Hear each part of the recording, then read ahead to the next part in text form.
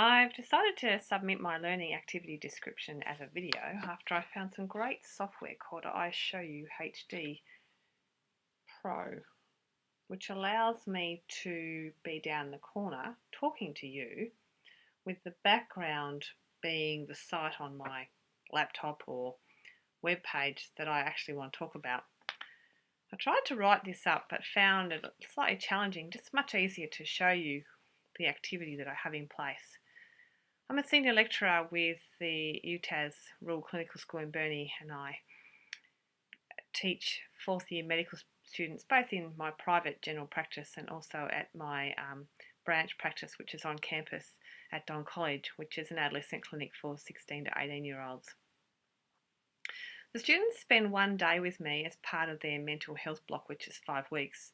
There's about 30 students, so every week I have a different student. I have them for one day as I try to teach them the pearls of the adolescent consultation. The amount of adolescent health in the medical curriculum is minuscule, and so I feel that this is an opportunity to plant some really valuable seeds regardless of what specialty that they end up moving into. So to complement this online or this workplace professional experience placement, there's also an opportunity to do a workshop early in the year as part of the consulting skills that comes with it's part of the curriculum just generally, but this is very specific to the adolescent health. But I still felt that when they came and saw me on campus, they needed a few more gems.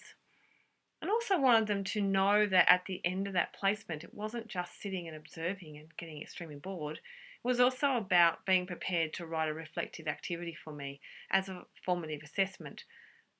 Both of these activities are not required to do as part of their UTAS studies, and they are required to have formative assessment forms completed. And I must admit, in the past, I've ticked a box, not really knowing whether I've actually assessed anything. But this activity, I feel, allows me to be more insightful. So the students are invited to join the intranet that's part of my website and part of my private business. So I'm using a content management system in terms of the website, but in this context, it's my learning management platform. The username is the student's password, email, and the password is their first name in small case. It's very simple and it's consistent so that they can easily find that rather than chase up the email when the time comes to doing these activities. There's 2 activities I would like them to do. And when they arrive on this page, there's a whole bunch of drop-down boxes along the top here. But this one here, the medical student mental health drop-down boxes, are the most important. So there's an introduction to the mental health module, and certainly this part of the unit, and a little bit of history here around the origins of the clinic to start with. There are not many placements of this nature where medical students can get a concentrated teaching session in real-time adolescent health. I've then outlined the program for them, and the learning outcomes that I'm using here are based on the RACGP curriculum, which is the curriculum that I work with. And the RACGP believes medical students should reach this level of skill in the 5 domains by the time they've finished medical school when it comes to dealing with young people and their health. Largely this is around knowing how to manage an adolescent consultation, how to outline confidentiality, to know the legal implications when dealing with a young person.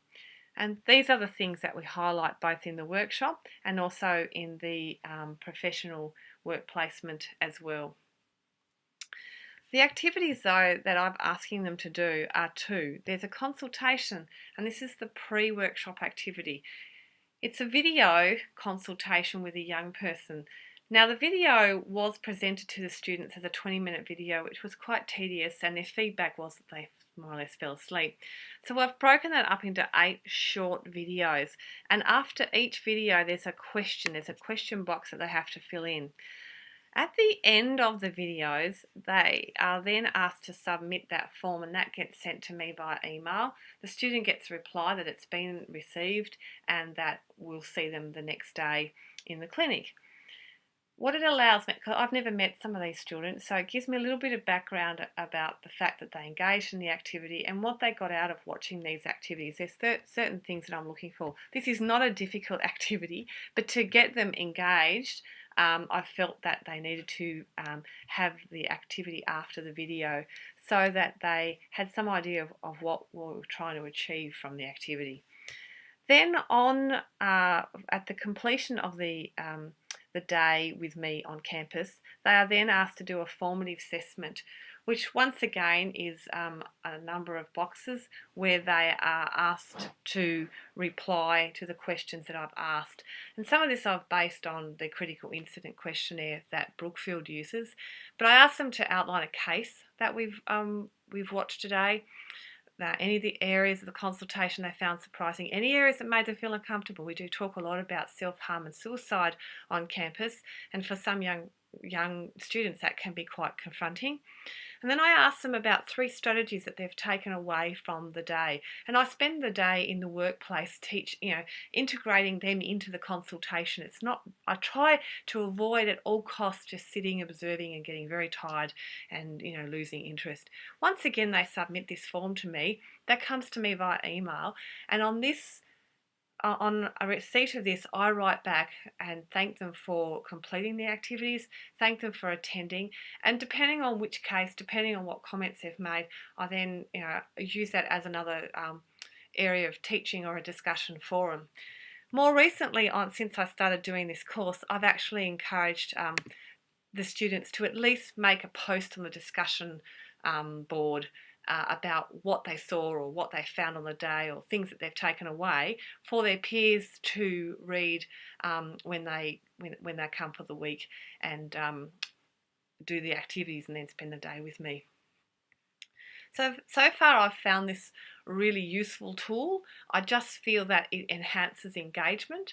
They know a little bit more about me because the day on campus is quite intense. It's patients back to back. Sometimes there can be time for discussion, but there's not always time for discussion or debrief. So this, I think, complements that process. So I'm really interested in your feedback, and thank you for listening. It's also quite good for me to do video because I think that's also an incredibly useful educational tool, and I hope in my assessment I can justify why I think this is a good learning activity. Thank you.